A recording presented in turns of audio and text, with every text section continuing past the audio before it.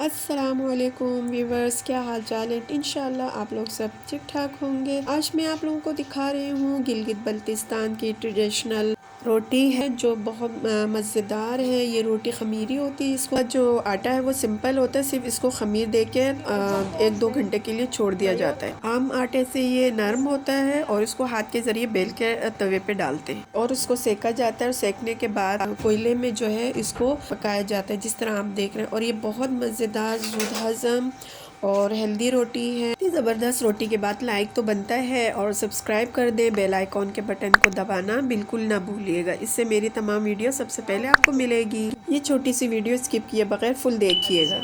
ये एक ज़बरदस्त और प्यारा गिफ्ट होगा आपकी तरफ से। बताइएगा आप लोगों ने कभी इस तरह की रोटी बनते हुए देखी है या बनाते हैं। ऐसी लगी रोटी उमूमन वहाँ के लोग एक टाइम पे ऐसी 2 रोटियाँ खाते हैं। शायद मैं 2 कम बोली, उससे ज़्यादा बोली, क्योंकि वहाँ पे मेहनत और काम ऐसा होता है, खेती बाड़ी वगैरह ये वो। उसके बाद जो है और ये ज़ुद हज़म भी होती है क्योंकि ख़मीर की वजह से होती है।